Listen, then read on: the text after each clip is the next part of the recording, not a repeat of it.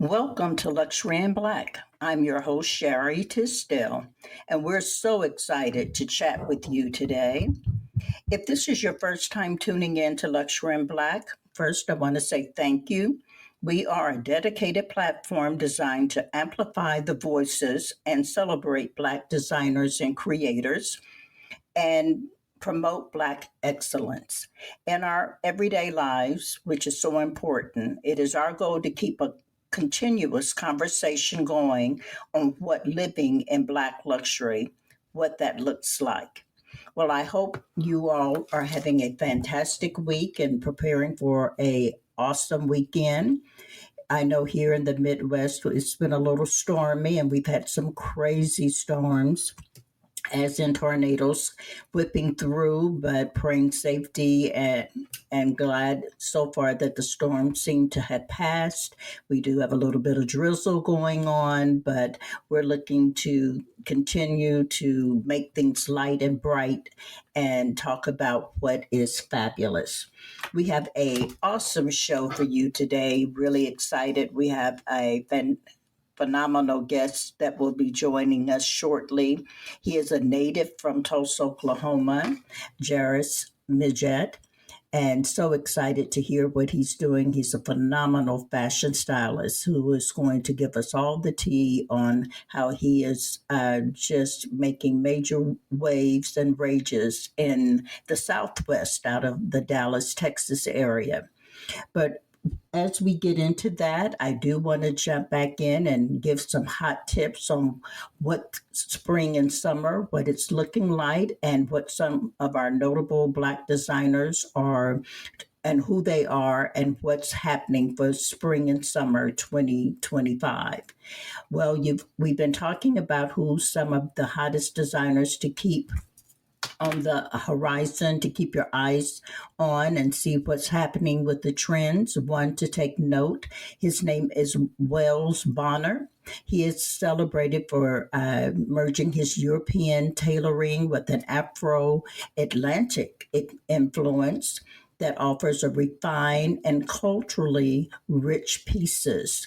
He is definitely one that you want to take a look at. And if you're looking for something that's crisp and different, and you like to stay ahead of the game, you want to check him out. We also are watching Dutima. She's known for her Caribbean inspired women's wear that blends traditional techniques with contemporary design. Absolutely exquisite. She was also one that was featured this year in New York Fashion Week. Hot shows that were running, she was definitely one that was getting a lot of notice. And we continue to talk about Laquan Smith, who is definitely really truly the rage. He's known for his sultry, luxurious designs that have garnered a lot of celebrity following. And if you've been watching any of the major shows, red carpet shows from the Grammys, the Oscars, SAG Awards, all the awards. He has definitely, his designs have been gracing the red carpets and he has been really turning heads. So if you're wanting to have that luxurious and little bit of sultry sass, you want to pop out, Laquan Smith is who you need to check out. And then we have Off White, which is founded by the late Virgil Abloh, continues to be an influence with his distinctive streetwear and high fashion fusion. He's definitely one that is still making a huge mark in the industry, and many are still following his trends. And as we look in, we talked a little bit last week about the trends for our beauty and healthcare. And as I stated, the look is softer this spring and summer. It's a real shift taking place on a soft focus, actually bringing back kind of the airbrushed complexions, which offers a lot of natural understated glow, moving away from a lot of the ultra dewy looks. So you're going to see that is a big move, big shift in the spring and summer in terms of our look. You're wanting to have more of a satin skin finish. Colors to really take note are the berry tone, lips and nails, deep berry shades are making a huge statement. Seen on a lot of major celebrities. One that's really hot is called a cherry jam manicure, which reflects kind of gives you the reflection of a seasoned jam theme and makeup that is they're calling it a new craze. And one that I find really interesting, but enjoying watching the creativity that is taking place, are the sculpture hairstyles with creative, very bold hairstyles with braided ponytails and very colorful wigs are anticipated to be dominating. You're going to see a lot of that on the music festival scene, such as Coachella. To name a few, a big one rage here in our area is Juneteenth.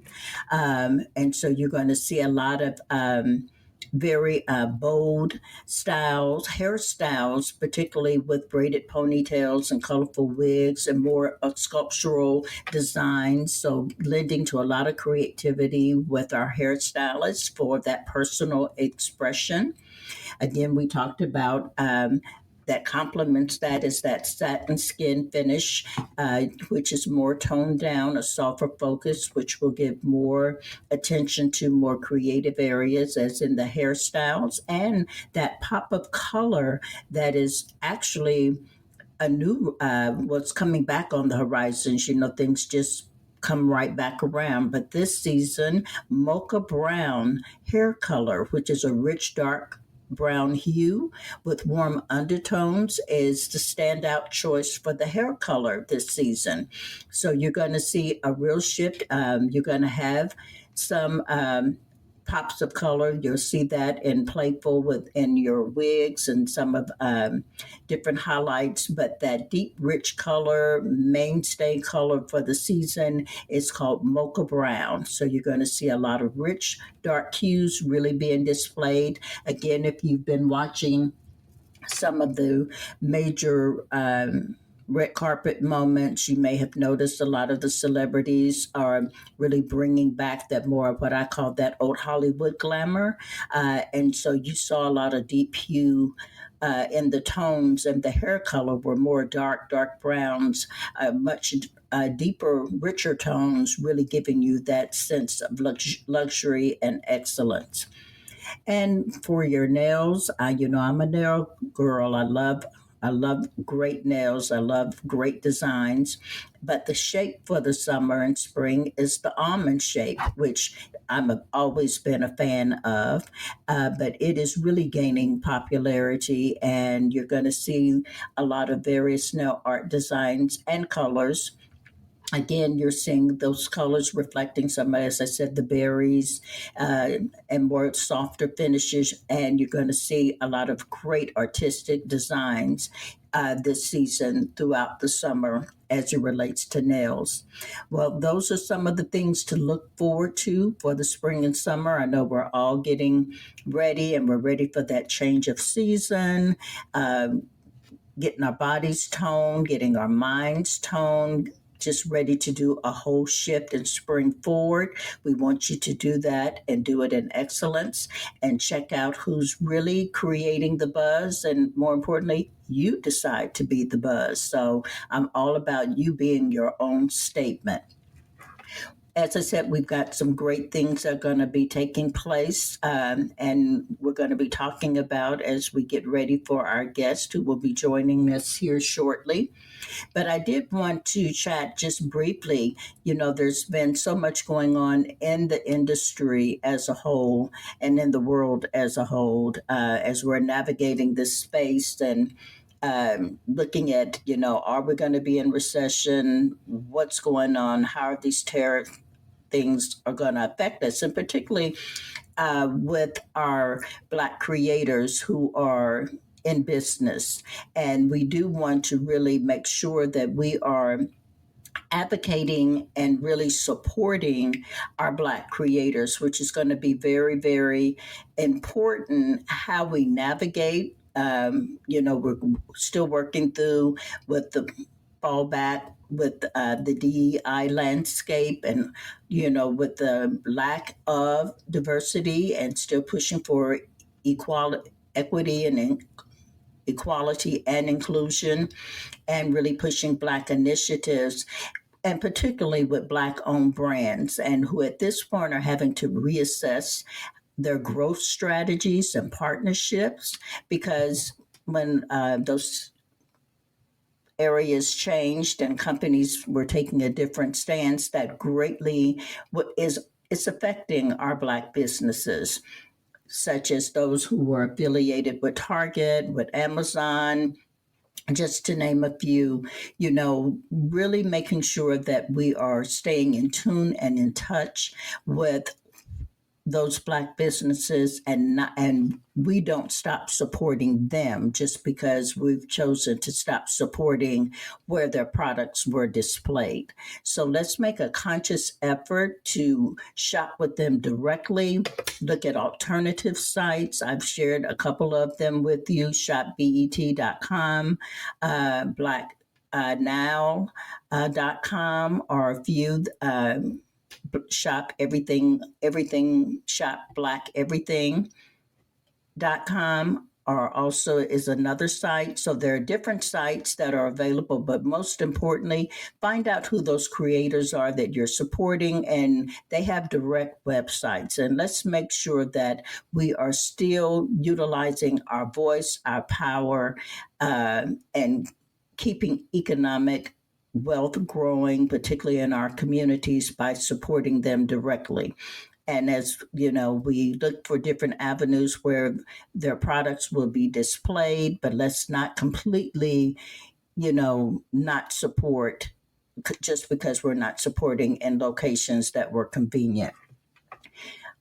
Again, we also want to take a look at diversity among influencers. There's a lot going on in terms of really supporting Black influencers. There are a lot of Black creatives in the industry, and they are really wanting to spark a conversation for a need for greater diversity and being an authentic representation in the marketplace. And so when we are following and, choosing, looking for people to really, that we're following to trends and who we are wanting to support, make sure that we are also making a conscious decision, being very intentional about reaching out and supporting, because wealth and growth really stems from within our hands, and we affect the change that we want to make. So let's make sure that we are being very intentional about uplifting, supporting Black creators and Black excellence. Well, it's gonna take a few moments. We're gonna take a quick break. We're gonna come back, and when we do, we will have our guest, our fashion stylist for today, who's going to be giving us all the tea, is Jairus Midgette. Stay tuned. We'll be right back. At Rubicon, we believe every meal should be an experience. Nestled in the heart of North Tulsa, we bring you bold flavors, locally sourced ingredients, and a dining atmosphere like no other. From our signature dishes to expert crafted cocktails, every bite tells a story, perfect for any occasion. Live music on Thursdays with house band Upscale Smoke. Rubicon is not just another smokehouse, it's a whole vibe. Join us at Rubicon, where taste meets tradition. Rubicon Restaurant, the Upscale Smoke experience.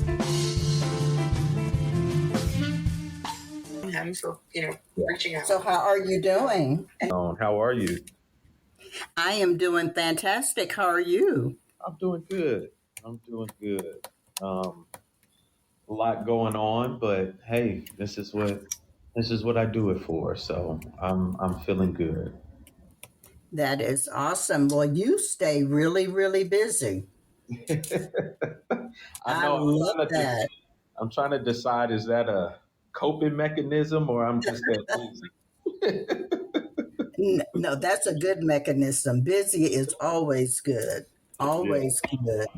I Well, like it has been a pleasure to really follow you and watch how your career has just continued to bloom and take off because you've been in the fashion industry for a while. How long have you been doing styling?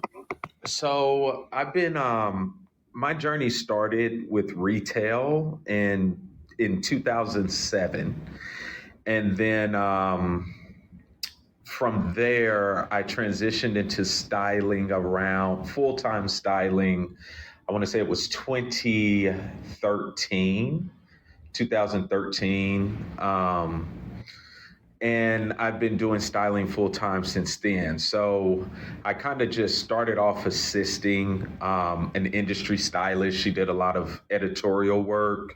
And we actually met at the last boutique I worked at.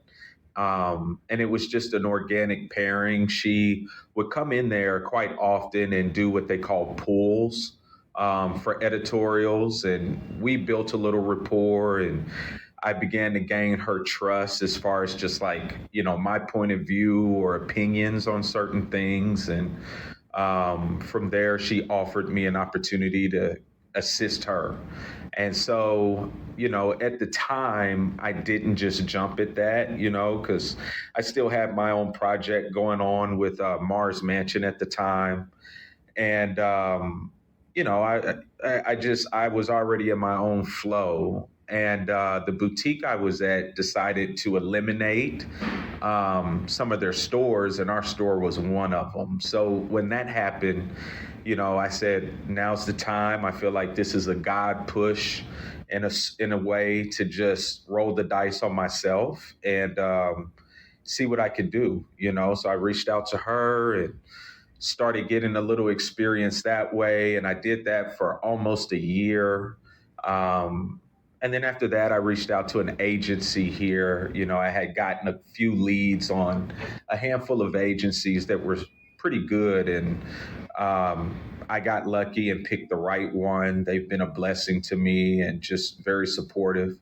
And, that's what it's been for me since then. So, yeah, full time styling since 2013. I recently went in house with Neiman Marcus, Okay. and that happened November of last year. So I'm a fashion editor for them, and so that this has been quite the learning experience in the best way possible. Um, it's been rewarding to just be able to apply everything I've gathered along the way and pour it into one bucket. It's very rewarding. So this has been fun, and I love just being a part of production at this scale and being able to sit in on the initial creative concepting all the way through to execution, and so the education that I'm receiving is priceless. I'm really enjoying myself. Well, and that is really awesome, and that is major that you've been doing it when you say since 2013. Is that Hmm. correct? Yes, That's ma'am. wild to me. I'm like, I remember, I'm like, what? You can't have been in the industry that long. That is crazy. That is so exciting. Who would you say inspired was your greatest inspiration? Because you always had style and flair. You had that. I remember that as a young boy, and you get it honest because you got it. I know you got it from your dad. I mean, I, so you, I I hope know your family, so it runs deep.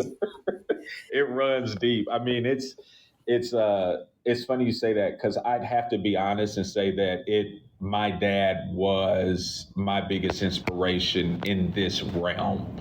And for me, this realm consists of charting my own path and not conforming to, boxes and stereotypes that have kind of been set out for us, and for me Right. specifically, a young black man, so he was the first one to really plant that seed in me, was able to be watered over time and allowed me to kind of look at things differently. How did I want to go about life? What did I want to? How did I want to tell my own story? So Right. not just from dressing and wardrobe, but also just taking a chance on where I decided to go to school. Moving out of the state, taking chances on my career path. He definitely planted those seeds. And, that's so important having that support, unconditional support. And you chose, I know you went to The Dallas's design fashion Yep. school, which is Yep. top notch. How was that when you made that decision to go? Was it a hard transition for you, or? It wasn't a hard transition. I was excited to get, to go. Part of the reason I chose Dallas is because it's only, 4 hours from where we're from, Tulsa, Oklahoma. And so I always felt like, hey, in a pinch, if I needed to get back home for an emergency, I could do that. I could get on the road and get up there. So even though I wasn't at home, I did not feel completely isolated and, abandoned. So I think that definitely helped my transition. And I was lucky enough to be transferred. At the time in high school, I was working at Journeys, that shoe store. Right. Okay. As far as just like landing somewhere where I could still be making money and then begin to build a network, that was also a huge plus in my transition. Um, so I think it was pretty smooth, but it was also, now looking back on it, those were the steps I was supposed to take. It's kind of like my steps were ordered, and I was just going with that intuition. And he's continued to guide my path. So I think that really is the reason why it wasn't a hard transition for me, because those steps were already ordered, in my opinion. And and that's so important to be really in tune. And when you recognize that and you really are intentional about pursuing your path and not being afraid to not deviate from that, I applaud you on that, because so many people don't do that. And as a result, you can see where it took your career and you're still moving in it, you're still writing your story with it. That is to be really, really commended. How would you say your role as a Black stylist is it evolving in the fashion industry today? Have you had many challenges as a Black male stylist, or again, have you found your niche and you just kind of carving out your path? I'd say the latter. I'm Okay. I'm I'm Okay. carving out my path. Um, I'm a firm believer in what's for me is for me, and my main focus is becoming a master at my craft. I want my work and my point of view to speak for itself, and God willing, the right people will see and appreciate that, and provide me with the opportunity to do what I've been doing or do what I've showcased. I've never really felt like I have to try to be accepted by any groups or fit in. I've always felt like, hey, I can create something beautiful enough or cool enough that it will get noticed, and I will, be provided opportunities based off of that merit alone. And so that's been my path, and I think that's been a blessing for my experience, So it's just, again, being in alignment really streamlines a lot of things. Not to say, I've had my periods of like uncertainty and, things feel a little slow or I'm not sure when the next job may pop up or opportunity. But staying the course and continuing to be creative when you do have that free time, I think that just works in your favor overall because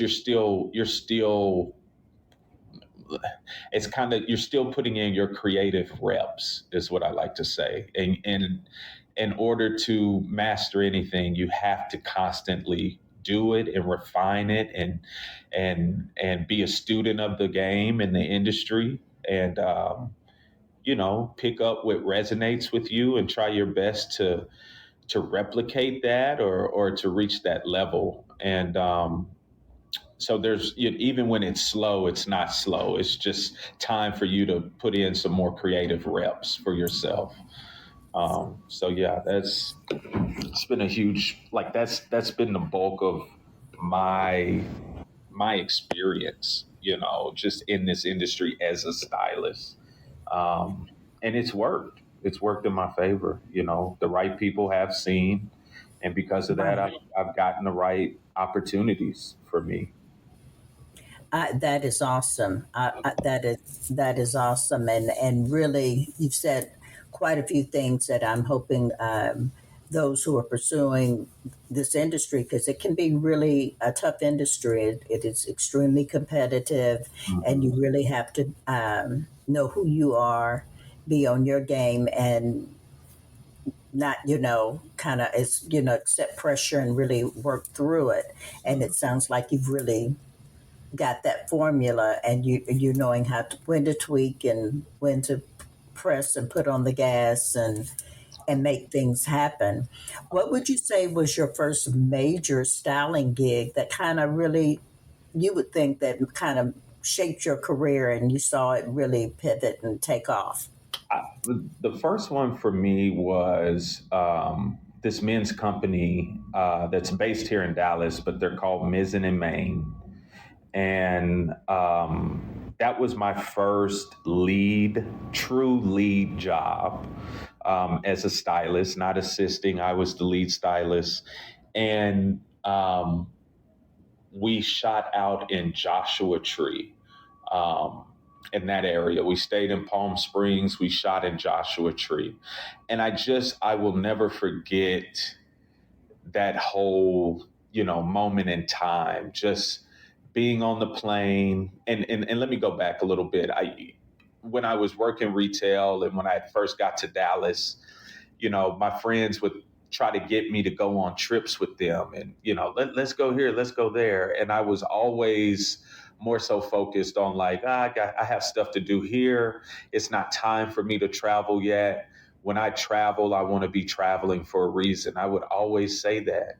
And so when the Mizzen in Maine opportunity came, it hit me. I said, this is it. This is what I had been kind of manifesting unknowingly. And being out in Joshua Tree, staying in a beautiful spot, for about a week, and all of that was paid for and funded from styling was very pivotal for me mentally, and it was like, okay, this is real and I could continue to do this. And so that definitely was a course changer, I'd say, in my styling career. It just continued to pick up and I worked, not exclusively with that brand, but I was their lead stylist exclusively for, oh man, for 5 or 6 years. We just changed course on that the middle of last year, but for that long, it was, myself and the creative team, and we really built a nice little visual identity for that brand. And we got to go some amazing places, both in and out of the country. So I just, that company, that job was the game changer for me, and, but if you ask my family, they'd say, uh, they'd say when I would do any J.C. Penney campaigns, because we grew up looking at those catalogs. Right, right. So Right. that was the big moment for them. That's when they're like, "Oh, you're really doing this now. You're doing pennies." So for them, they say J.C. Penney's, but for me, it was Mizzen and Main, that client. That, and how would you say you go about approaching who your styling clients are, or Uh, and major events that you've been just is you so blessed to to achieve and work at? um, it's are you asking like How do you how do I approach? go about? Yeah.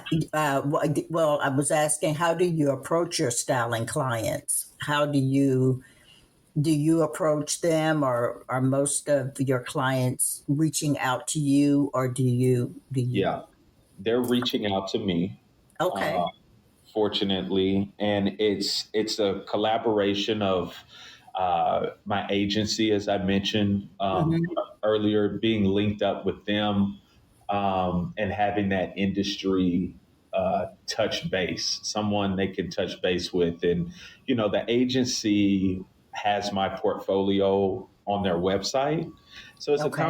it's a combination of like clients looking for a certain aesthetic, and then shopping agencies finding the artists that align with the vision that they're trying to execute. And then it's also once you do start working in the industry, you build relationships and you make connections. So a lot of it is either agency driven or direct referrals from another creative I may have worked with on a completely different job. And, now they're on this campaign, and they referred me as the stylist, and the producer reaches out and say, "Hey, your name was passed to us. We'd love to, are you available or interested in doing this?" And so that's how majority of all of my commercial work comes. I don't go and pitch myself. Actually, Hmm. it comes to me, and it's been a consistent flow. And in the beginning, I did 50-50. I was doing commercial work, and then I had private clients. And these are people that, I would go in and basically kind of give them a wardrobe overhaul. Right. Um, and basically, what I would say is, look, there's no shortcut to figuring out and defining what your personal style is. So that process is it's a personal process. It's intuitive. You have to discover who you are, or at least have an idea of who you think you are before you start on that process. And so my clients, when they came to me on the personal side of things, they already knew for the most part who they were, but they did not know how to communicate that visually, non-verbally through wardrobe. Right. And, Okay. and so my job was to come in and help them articulate who they are through their wardrobe, and just keeping everything all encompassing as far as career, the rooms and places that they're expected to show up in, their position in those rooms and places, and then where they want to go, where are they trying to drive this meeting, or what's I've worked with attorneys, and it's like, okay, what's this case about? Who are the defendants in this case? What's happening? Mm. And being Okay. able to understand that audience, and then Right. position them to be successful in those spaces. So that's the bulk of my private clientele, the people that dwell in that type of realm. Um, and I had to figure that out because my very first private client was a gentleman who played for the Dallas Mavericks down here, and Hmm. cool guy. We enjoyed each other, but what he was asking for just wasn't in alignment with what my mission was. When it comes to personal styling. And I helped him out. We did our thing, but I knew that this isn't feeding me. I don't feel like I'm truly changing someone's life, Okay. and Okay. um, because a lot of, now, we get these tunnel outfits, the tunnel fits, they're, Right. we're chasing a lot of hype in those spaces, and that's fine. But I'm more so driven to help people establish longevity in their personal style. I want to try to help set people up so that they can maintain this aesthetic for the next 5 to 10 years at least, and then learn enough to where they can teach their children, hey, this is what this means to wear this, or this is how you show up appropriately in this place. And I've been fortunate enough to see that happen, and so Right. that's been that's the most rewarding client for me. But there's so many different stylists. Every stylist has their lane. And Right. Right. I say I'm very like, I'm more so split brain. I wouldn't say I'm just 100% creative, artist creative. I still like structure and systems and Mhm. processes as well. And so I had to realize, okay, what if that's the case? Who is my client? You know, Mhm. I'm I'm I'm not the stylist you want to book for. Um, if let's say Erica Badu is doing a crazy tour, Right. Right. Right. you got to book a different type of stylist for that. Right. But if Erica Badu is, in her personal life wanting to refine her aesthetic on a daily, well, now I can work with you on that, and Mhm. we can Mhm. curate a wardrobe that makes that possible. So it's just about, again, like you mentioned, knowing who you are Mhm. and pursuing your passions through that lens, not compromising who you are. And I think that's how you get out of position, you know. I love that. What would you say is your signature styling aesthetic? I have to say, Americana, like classic Americana, Hmm. is the foundation of my styling. And then based on what the situation is, I will layer in around there. But I always started a very Americana classic sportswear base and then build out from there. But Ralph Lauren was Hmm. the first brand that, I really I dove into that world, and Right. I through can the see. lens of, Okay. yes, exactly. So it's just through the lens of Ralph, I learned a lot, so that was my foundation inspiration. So I don't think I can help but look at things kind of in that framework first and then build out, from there. Now, do you incorporate any black designers or in your styling choices? I I do when it presents itself. Okay. I don't exclusively seek it out, Okay. and Right. Right. and, and that's more so just like, again, I think it goes back to like what the client's needs Hmm. are, and where there's opportunity to layer that in 100%. And then sometimes it's just not feasible for me to do, Hmm. from a timeline perspective and accessibility, standpoint. And this is Mm. more so commercially, Right. so Now, do you see a lot of limitation there? Because when you say that, and the reason I asked that question, because that's a lot of what we talk about is in terms of Black luxury and the designers, and what I see and hear a lot is the lack of accessibility, yeah, finding the where to go to find their product. And uh, you and the Ram, I know you're at Neiman's, and is that a challenge as a stylist? Not that you have to incorporate it all the time, but even if you're that it's a hunt to find it. Yes, it is. It is. Wow. Simply put, it is. And you know, the fashion industry is, um, man, how can I put this?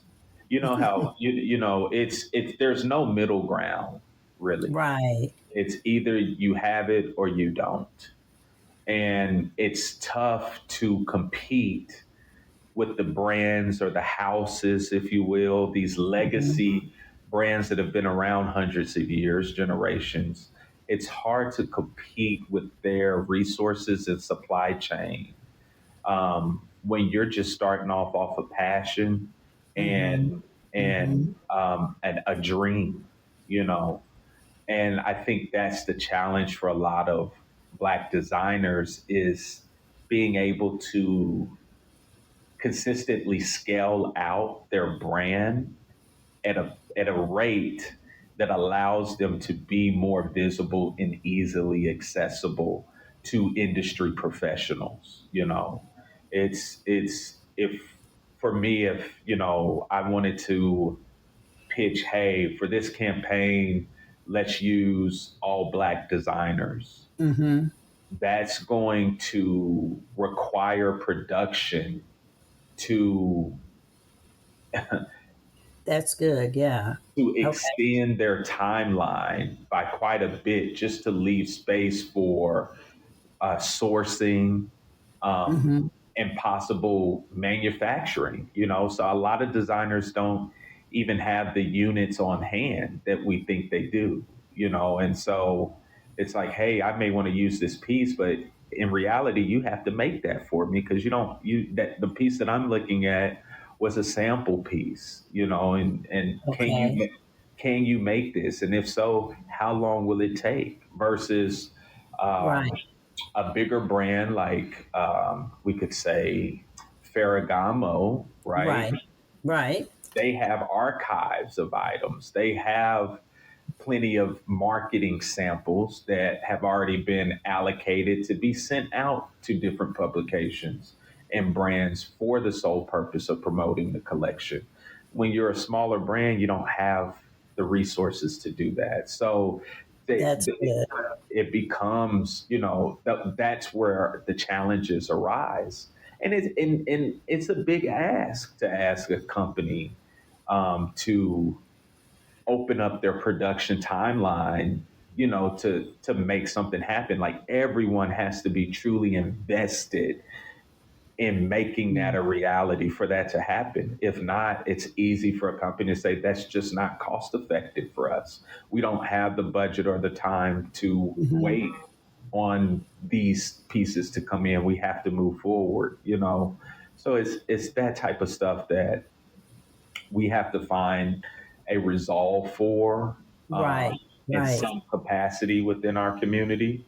And I think once that happens, we can see more Black designers being placed in commercial spaces, more everyday spaces. But it's definitely an obstacle that we have to figure, or a puzzle. Let me say that, a puzzle Right. we have to figure out. I appreciate, I mean, that's really, really good because that's something that we really don't think about the process, and I Mhm. say that from the outside when we're, why aren't we seeing this more, and we're making these demands, but not understanding what it takes to get there. Mhm. Uh, and, just on a campaign, as you're saying, developing that that's not necessarily a good move because that designer may not be able to meet that demand. 100%.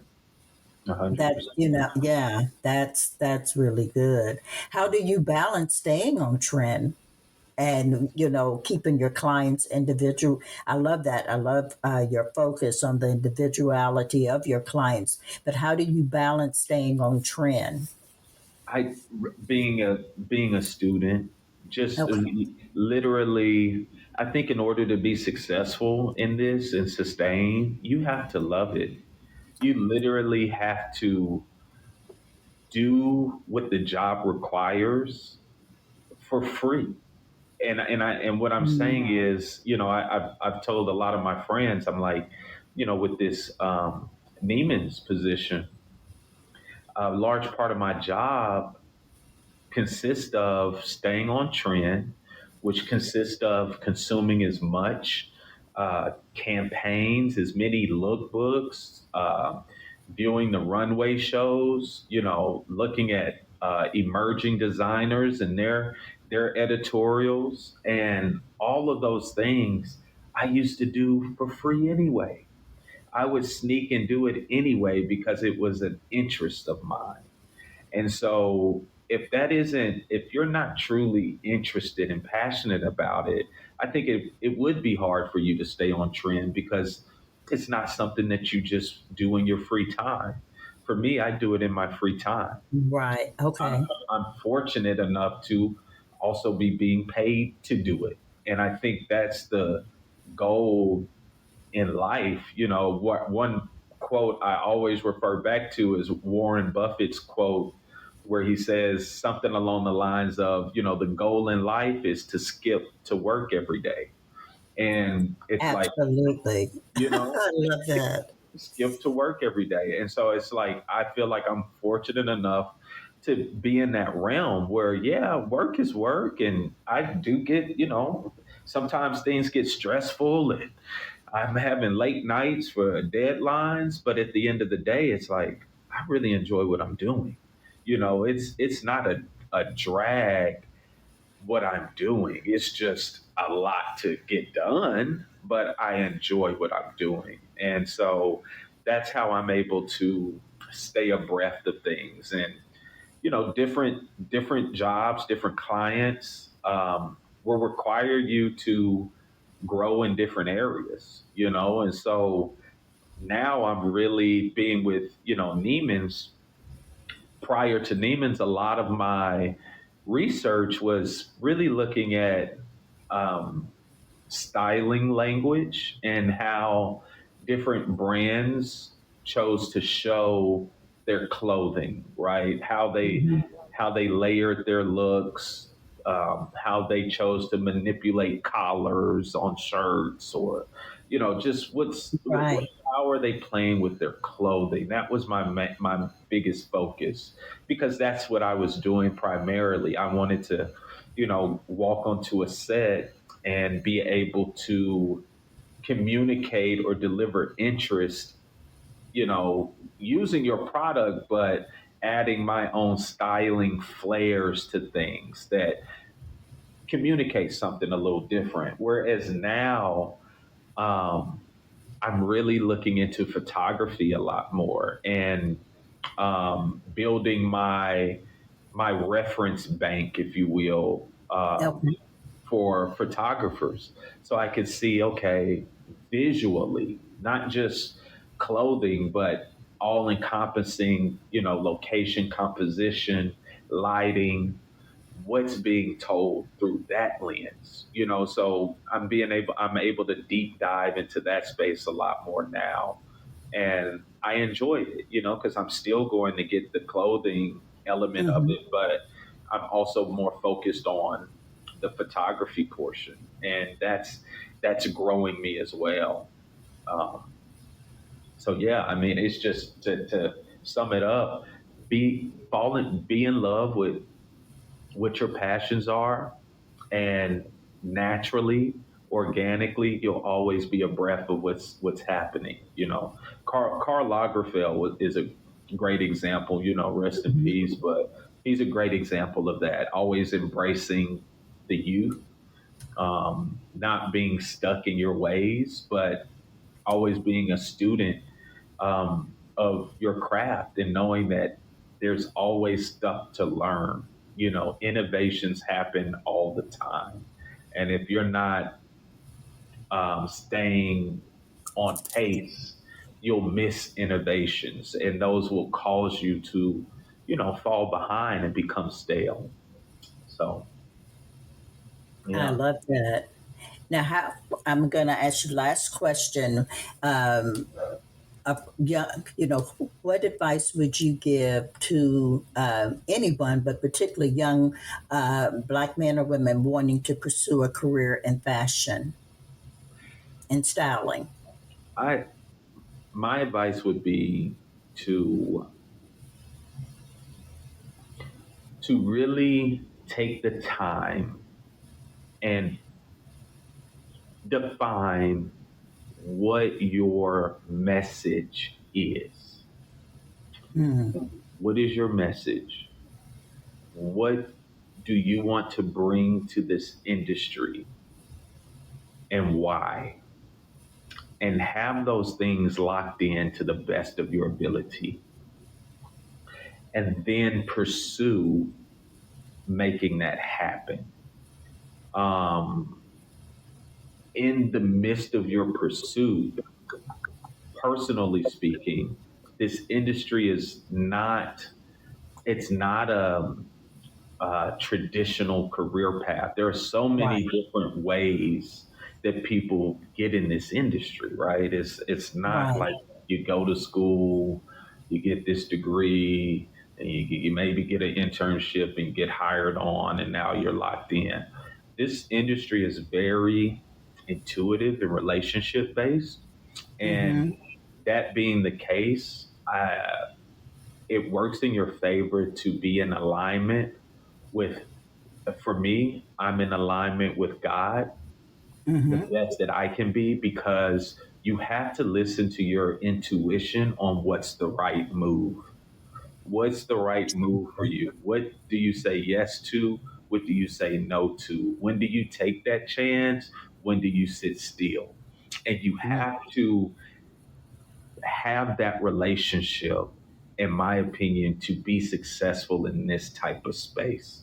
And that's why I say sit down in the beginning and figure out what is your message, what's your purpose, what can you deliver uniquely, what were you created to deliver. Everyone is created uniquely and, individually. And with that, we have a purpose, and define yours the best you can, and then pursue executing that. But be in alignment, so that your steps can be ordered, because there's no blueprint on this is how you get to the top. It's just not. You just have to be, as some people say, in the right place at the right time. And the only way to do that is having your steps ordered by something greater than you, and you having 100% faith in that. This industry is about walking on water. If you don't have faith, you can't walk on water, it may not be for you. You will fizzle out. So you're going to have to walk on water, and be able to withstand, not be distracted by the storm mm-hmm. around you, you know? Yeah. Wow, that is so powerful, and I don't think could have we couldn't end on a greater note than that. I mean, you can't even come behind that. That is, you said that. Yes, That ma'am. was well said.